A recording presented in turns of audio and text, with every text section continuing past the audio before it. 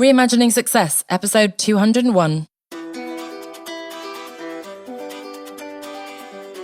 You're listening to the Reimagining Success podcast, where we help you design a business and a life that allows you freedom from the 9 to 5. I'm your host, Anna Lundberg, ex-corporate good girl, now a business mentor and coach, author, mum of 2, and I'm here to help you create more freedom, flexibility, and fulfillment.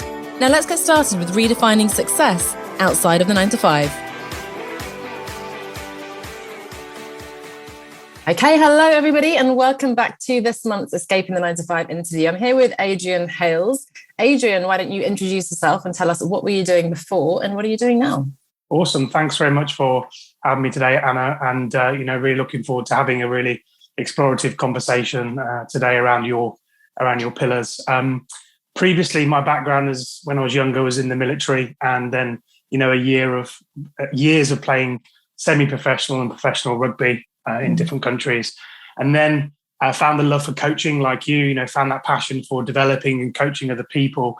And then subsequently went into learning and development, where I was working in different countries, about 10 or 11 different countries, developing leaders and coaching and developing workshops. And then escaped the 9 to 5, as we say today. And now I'm a leadership and business coach working with life coaches, transformational coaches, helping them scale and build their business a little bit similar to the mission that you're on as well. So.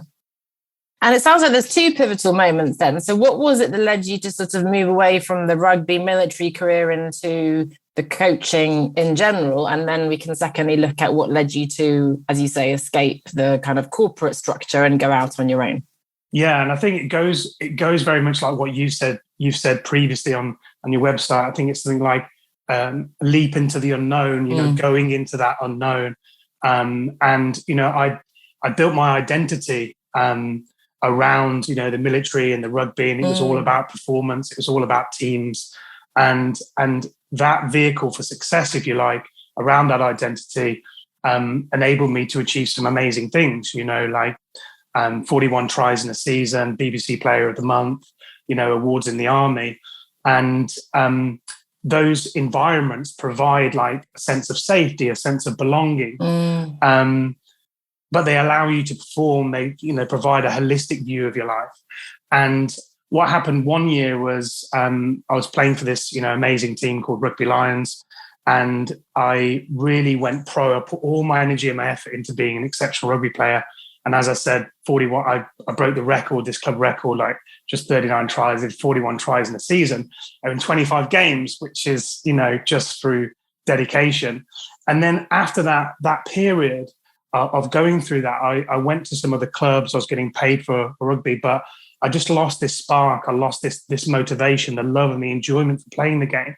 And by that point, I played for sort of 15 years, and I had like niggling injuries and combine that with losing that motivation, that love of the game. And what I found is I went to some other clubs and they wouldn't allow me to express my full talents. And if we think about that in a corporate context, we're not able to express our brilliance. And I was constrained and I was told to, just stay on the wing and do as you're told. And I wasn't able to express those talents. And I tolerated that for a number of years. And I even started working with a sports psychologist, which we were using anchors, which were strapped to my kind of wrist bandages to help me get motivated. And then one day I just woke up and at that point I got introduced into coaching, and there was some spark in that. But at that point, I realized that I'd lost the motivation, and it was time to transition to something that I enjoyed. And the thing that was in front of me was just this coaching. I didn't know too much about it. I'd done a little bit of it, and I was just inspired to kind of to follow that path of coaching, and what it was all about. And it was about letting go of something that had got me to that point and embracing something new. Very much what you said, going into that unknown and really redefining from that point. But I came to that crossroads, and I had to let go of rugby, which had been all around the world with, and embrace this coaching, which inspired me, but I wasn't sure where I was going to go with it at that point. Yeah, gosh, so many things going around in my head that I want to pick up on, but I find the sort of the military and the sports angle I find really interesting. And I've had a few conversations actually with rugby teams and cricket teams and so on, because of course there's a point in your sports career where you're, certain sports, certainly you're forced to retire in a way early, and then you have to go into a different career, and you're kind of compelled to redefine success. And all those things you talked about, the identity is so built on this incredible thing that presumably has been your passion and your calling, and that camaraderie, the team, it's sort of such a strong world. And to then, in that case, know that there is sort of an expiration date. And of course, you then proactively sense that your motivation was going anyway, which is fantastic, that you were able to assertively make that decision rather than kind of be forced into it. I have to admit, I have been forced, I want to say, in a very critical way. My partner is very into his rugby, so I have over the years been watching a bit more than I used to. And I have to, unfortunately, I don't remember who it was, but he mentioned he was listening to a podcast where somebody, I believe,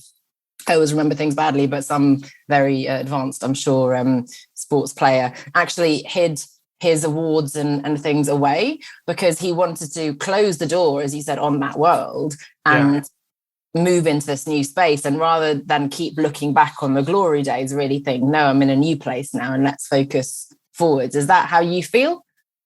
Yeah, I think there's lots of lessons, and it's intrinsically who we've become, right? You spoke about on one of your podcasts around the identity and around this piece of identity. And I think that it serves us to a point, but where we're now going on this new journey, I felt there's some elements of that served me, but I needed to completely have a beginner's mindset and open myself to this world of coaching, which, as you know, is just infinite. But when I'd finished that rugby career and I had that, there's a sense of safety. You almost they create a sense of safety for you to be able to push yourself beyond your limits. But also in many ways, there's the fears there that get hidden because you've got this, group mentality, and the fears of being a lone tiger or a lone kind of lion in the wilderness are kind of hidden. And when I left those environments, when I got into coaching, it wasn't just the skill of coaching to learn. It was like, oh my God, like there's the personal transformation that you have to go through when the fears of like, I'm not safe anymore because I'm not in the collective. And, what if I fail, and all these things go around. So then it led me into that kind of reinventing myself. I think one of the quotes is, I think there's a similar one in your website, but it's everything you've ever wanted is one step outside of your comfort zone. And what I found is everything you've ever wanted is, beyond your fears, is more of your true self, is more of who you are as, at your truest essence. And then at that point, I kind of went through an awakening of some kind, and I realized I needed to go and have some time away. So after my rugby career, I left that behind me, as you say, and just forget about that. I'm going on this new path now. And I went to Menorca to do some rugby coaching, just chilled and just work on the direction of my life. So I just went there in the winter and journaled where I wanted my life to go, and just completely switched off for all of that. And then this bubble of word come up as I was kept on writing, and the same word kept coming up, leadership, transformation, and coaching. And then subsequently I came back to the UK to, follow that path. And obviously there's a lot of coaching in the sense, and funnily enough, I have lots of sales messages on LinkedIn from people who think I'm a personal trainer or coach, and they've clearly not looked at my profile and they're just spamming. But how different would you say, having seen both worlds, how different is coaching as it is now in the leadership transformation space that you're talking about versus what we see in sports coaching? Yeah, it's really interesting. I would say that in sports coaching, it's very performance-based. It's very behavior-based. Yeah, the team might have a why, which they're all moving towards, like finish top in the league. And you might have some values, 2 or 3 values, which underpin the team. The culture gets created. And then the, you have performance metrics. It's week by week performance metrics.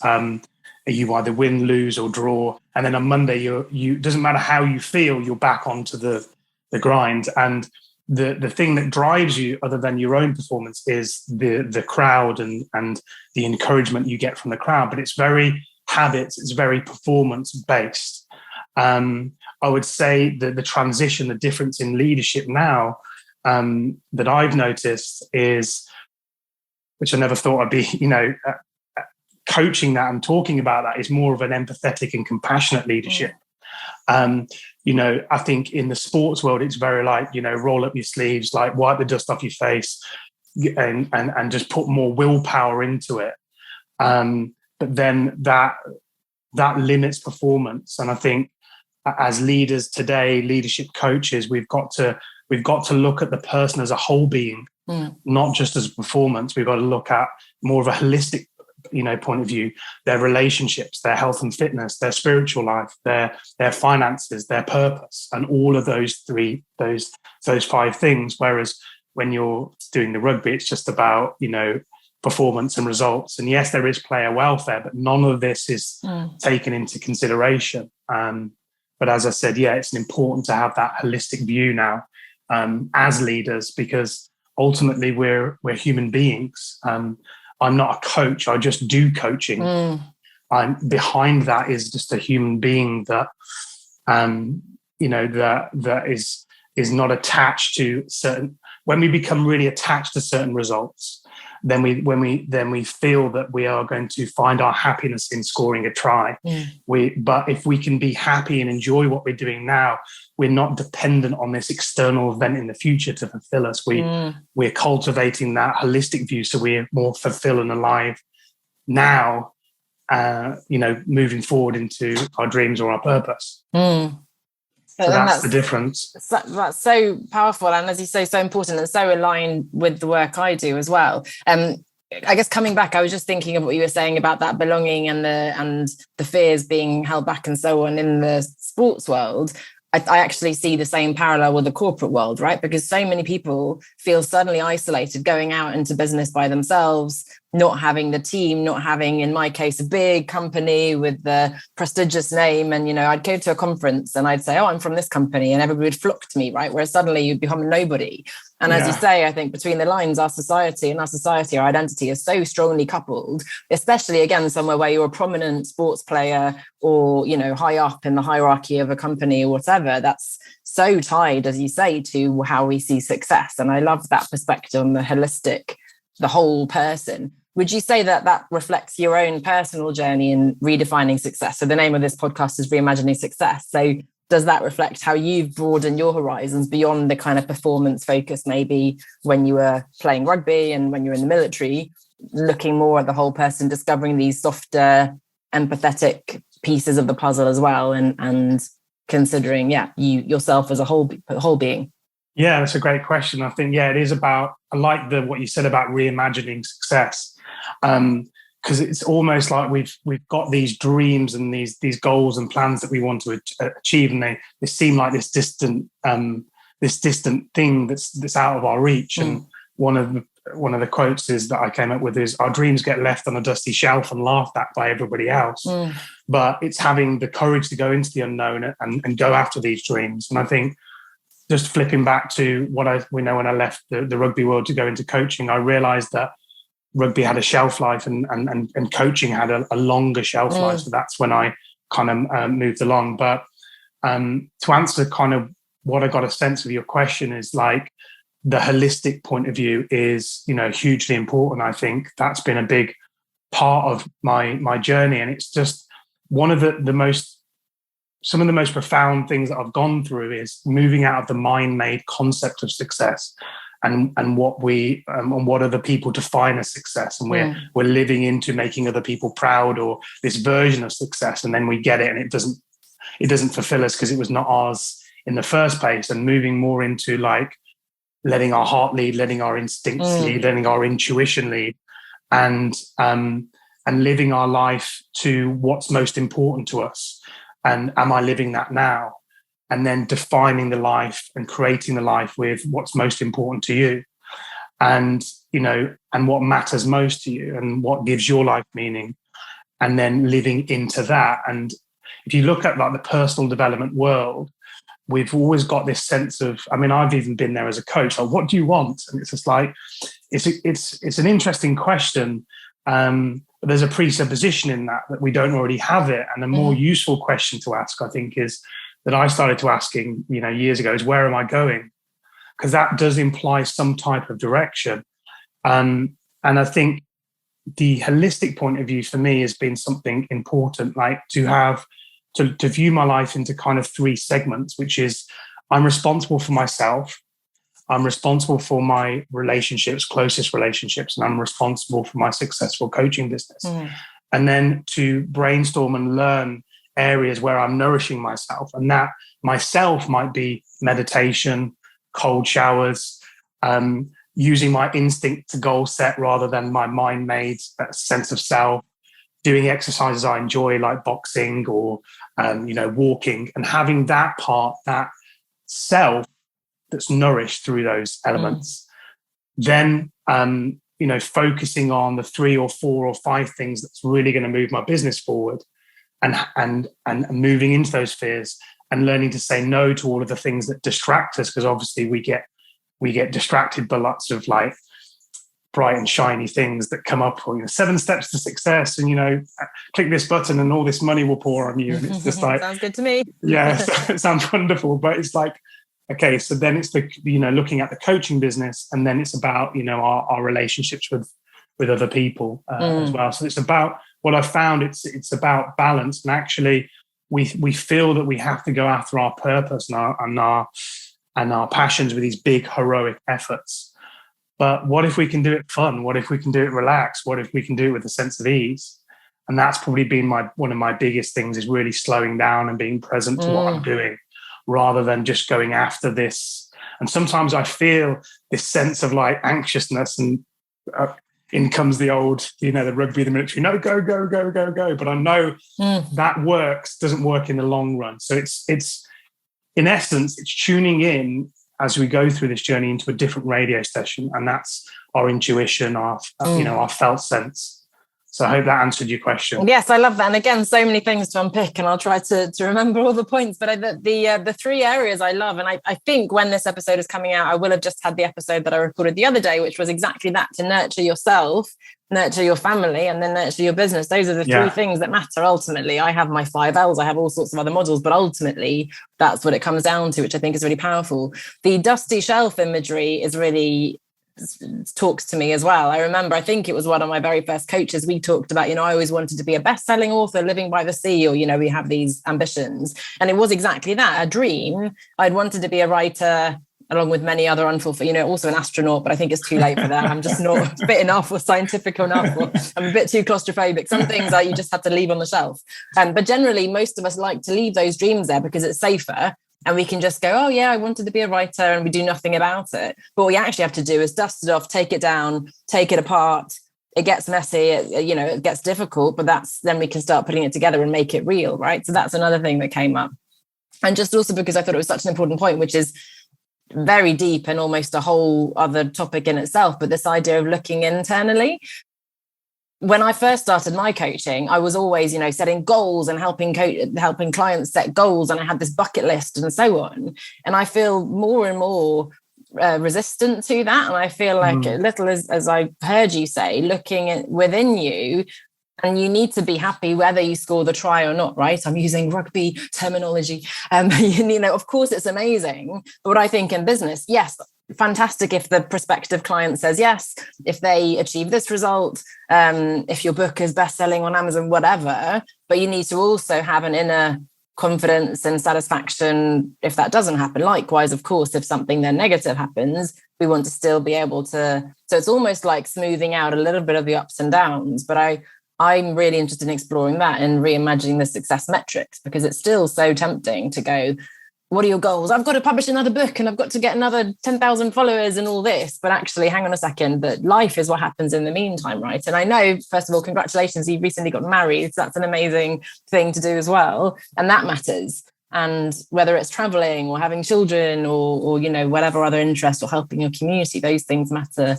as much. So those were the things I heard. A while ago, I asked you the question about the second pivotal moment, which was when you broke free from the training within the big corporate structure still and started out on your own. And you talked about leaving those fears, or rather the fears coming out when you're suddenly alone. How have you found the confidence, and how have you found the resilience to deal with that up and down that we talk about, with the setbacks and with being alone suddenly and not being surrounded by your teammates or, that support structure? How have you found the strength and inner belief, I suppose, to keep going and focus on what matters to you? Yeah, it's a great question. And I think you made a good point there. It is about that continuous belief, and it's about that continuously working on what matters most to us, and just and keep going on that path. And as you know, as a coach, the path to being a coach is always there. We can get distracted, we can move, and we can, get distracted by all the things that are not going to create our dreams or build our coaching business. But the path is always there. I remember when I was a small boy, I was walking in the fields, back in Birmingham with my granddad. And I'm sure you've had, got grandparents or had grandparents, and they've got this world of wisdom. And I remember walking with him, and he used to get me to walk across this long grass, which hadn't been trodden by anybody else. So I used to walk off for some time.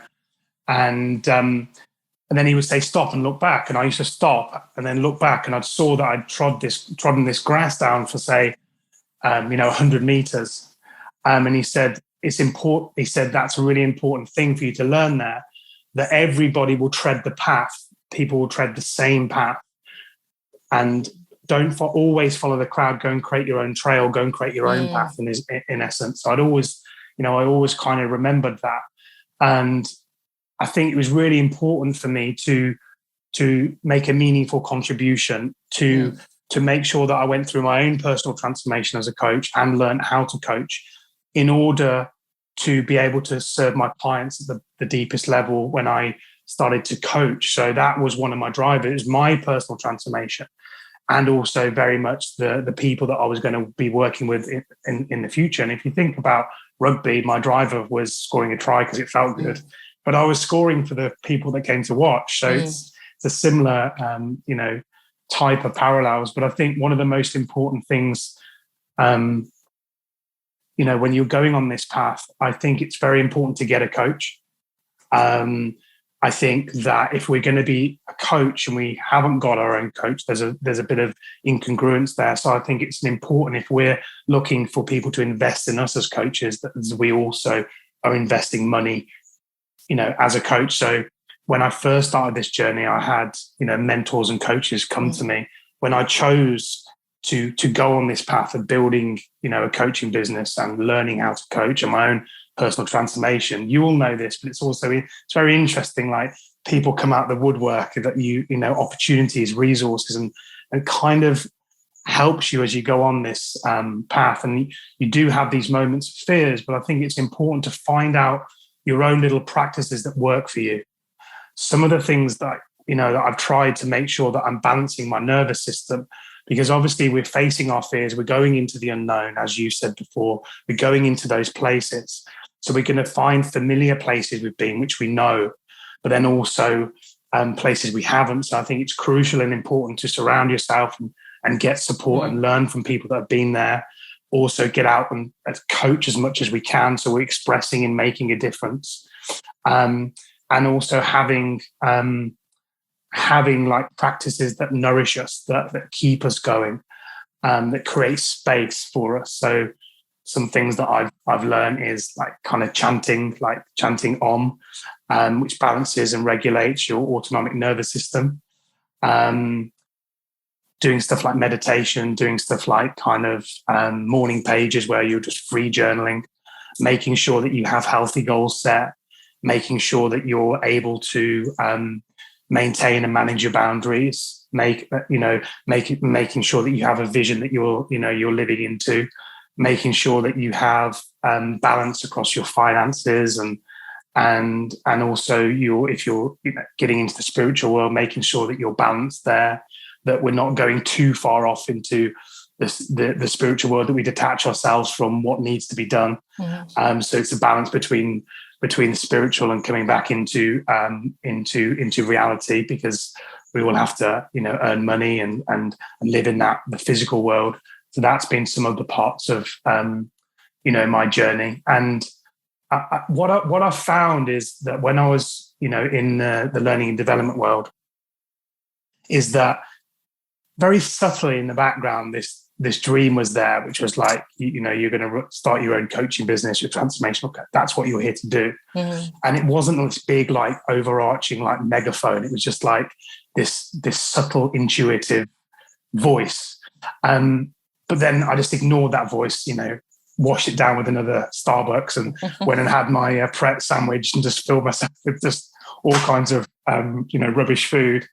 And then there's a wake-up call there was a wake-up call for me, which was, hey, I left this one training job and I was going to go into this really high-paid, like, executive job. And there was a space in there where I had a choice to go after my dreams. And it was just, I had everything set up and it just required me to go into the unknown. And I didn't do it because of fear. And then I chose this other job and I went in that for another kind of couple of years. And then me doing that over and over again, my body or my spirit or something had different ideas. And I just then end up like leaving this other job and going completely into the unknown. And then I realized I had everything I needed to make it a success. And that doesn't mean that you're not going to come through challenges or times when you're really stressed out. But I think it's really important to have those rituals that bring you back home to yourself, like silent meditation, just bringing you back home to yourself, and the right people externally to help nourish and bring you along. People that you trust to really help you.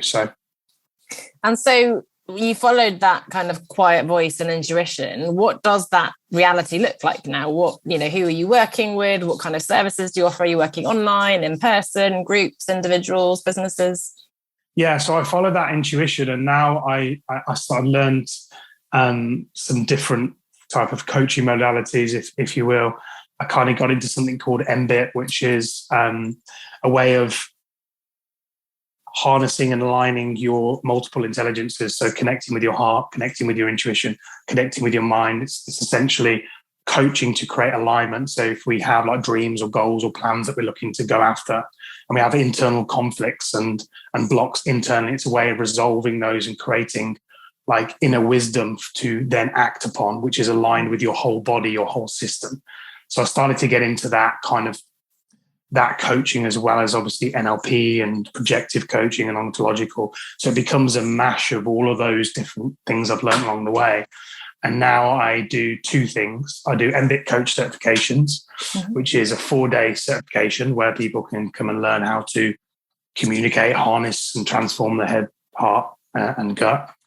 And I also do work with coaches between 6 and 12 months. And that ends up being 3 or 4 different elements, but mainly doing the deeper work to create that alignment, to help them process their fears and any blocks they have around money and around creating this vision. So the deeper work, helping them create an aligned vision that's really aligned with who they are, rather than this version of success that they think that they should have. And then client creation. So I work with them, helping them learn different ways of the path of service, how to create clients. And then the kind of 4th thing is helping them go through the personal transformation and then learn how to then transform and lead other people using different, strategies, tools and techniques. So it becomes this whole holistic view of themselves and their business. So that's the kind of work that I'm doing now. Great. And in terms of, I guess, number of clients you're working with and days in the week and so on, what does that look like if we really drill down to the logistical detail, I suppose?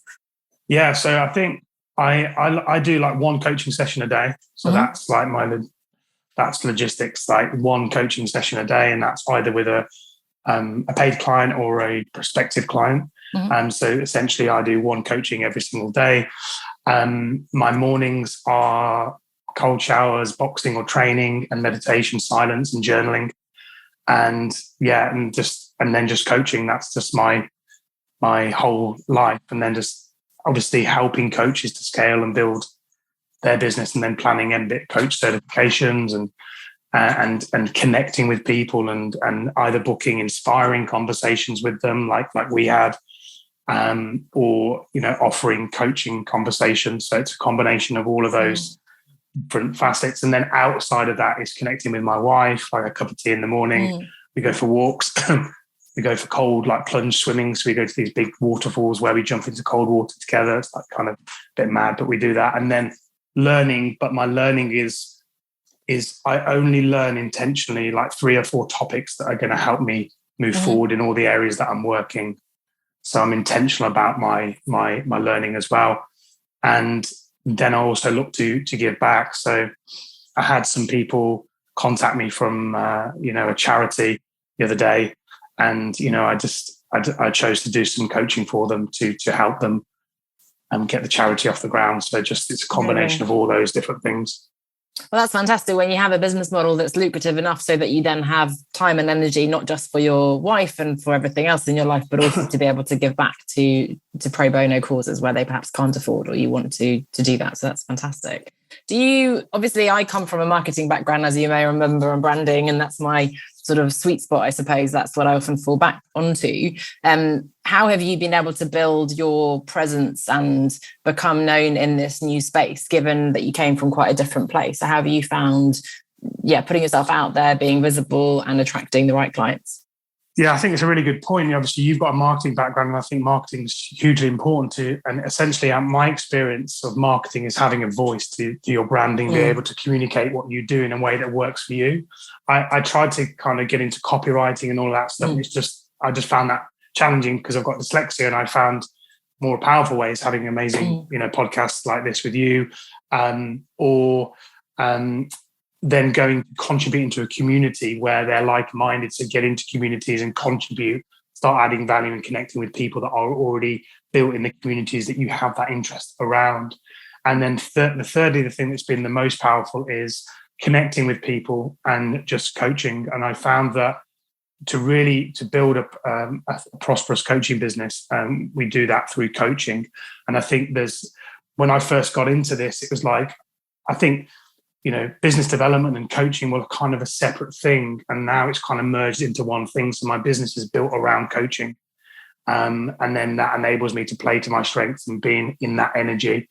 Whereas I think important to learn sales, but I've started to build my business model around service and coaching. So I'm always inspired and feel good about that work that I'm doing. So that's been kind of a recipe for success. And then also creating different ways to make some residual income. So we've got, a couple of 2 or 3 different income streams to support, where you're going and when you're building. Within coaching, you mean, or separate to the coaching? Yeah, separate to coaching. So I've got obviously coaching and then properties and stuff like that. So that's important to be able to, invest in your own property and if you can, and just those different ways to build that income. Because then I've got myself building my coaching business. I've got my wife building her coaching business and properties and different ways to make those incomes. So finding something that you really enjoy and that you're passionate about as well. So creating those different streams. That's always interesting to hear. And it's enlightening to hear that it's not just coaching. And as you said, we're not coaches. That's not just the only thing we are, right? We're people who coach, and there are many other things we do too. I don't just work with coaches, but I imagine there are some coaches listening to the podcast, and most will be familiar then with that kind of prosperous coach approach from Rich Lippman. And I have to say, I read that book, right at the beginning of my journey, and I was so defensive about it because I came from marketing background. He was like, you don't need a website, you don't need marketing. And the truth is, of course, now 10, 15 years later, he has a massive marketing machine behind him. But I love the core of his message. And I have worked with him recently too. And this idea, as you say, of serving.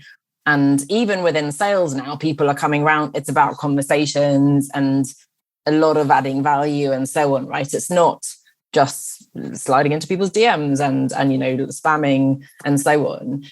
I love that you said the point about your dyslexia and that you don't necessarily follow my model, which is amazing. And I have quite a few clients who have similar situations. They say, I hate social media, or I'm not a writer, I've got dyslexia, whatever that is. And it's so important to recognize that you can find your own authentic way of connecting with people and becoming known and so on, right? Whether you feel more comfortable speaking online, offline, in person, video, I found very uncomfortable, but you sort of get used to it, right?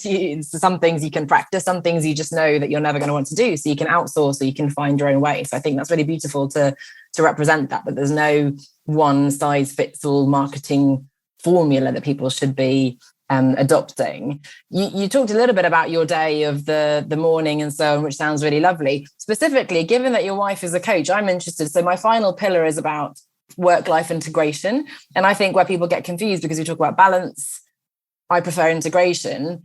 People worry that you're going to blur the boundaries too much. And I wonder, given that your wife and you share such passions and, within work, I imagine you have different businesses, but you have a lot to talk about. So how do you find navigating that boundary of kind of engaging and sharing those values and passions, but still going, okay, that's business, that's work. And now we're just husband and wife and we love each other and we don't want to talk about coaching and serving and whatever else.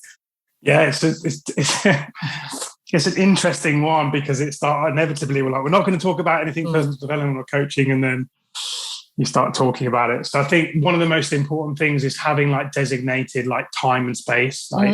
Right, we're going to go and do this event today, or we're going to work on this today, or we're going to go for a walk, and intentionally talking about things that matter just outside of coaching.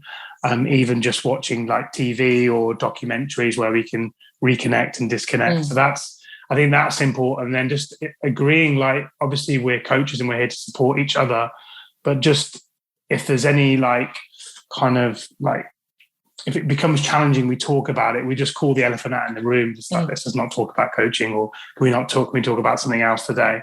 And we do support each other in building our business, but it's in a kind of mentoring kind of capacity as well. So just giving each other advice and tips. But it is a challenging piece, because it is, when you're so passionate about it and you love what you do, then of course you want to see someone else succeed. So what's made it useful, we've both got our own coaches and we've both got our own clients. But what we're starting to find now is actually that she's working with a lot of coaches now and helping them scale their business, and I am. So we're starting to merge together. Okay. So I think we're probably going to be starting and creating something together at some point. But a simple answer to your question is having, if she wants to go to the gym or it's important for her to go for a walk, I am then satisfying that need for her. And if it's important for me not to talk about coaching or go and watch some TV or let's go and have this food in this restaurant, she's then also satisfying that for me. So I think what keeps it together is the love of each other. Oh, beautiful. So simple and yet perhaps difficult as well, but that's lovely to hear. And that's exciting that you might have a joint venture as well. Yeah. Speaking of which, what are you focusing on? You talked about being intentional about your learning. What are you focused about learning right now, and what's coming up for you the rest of this year? Yeah, and I think you're also a massive advocate for learning as well. I've seen loads of your books, so we share the same passion for that, and the love for learning. Now, you mentioned about the prosperous coach approach. I also work with someone called Melissa Ford, who's come from the Steve Chandler side, and I'm immersed in that community right now. And she's my coach, and I work with her. So for the rest of the year, I'm focused on the learning service path and really getting deeper into client creation. Those are the main things. That's the main area that I'm focusing on. And then the second one is really about who we're being. So I'm following very much around Root Aspirer, so the non-dual understanding. So it's really about that we're a being who's aware of our experience and being more in the moment. It's very powerful kind of learning. So that piece, the Rupert Aspire piece.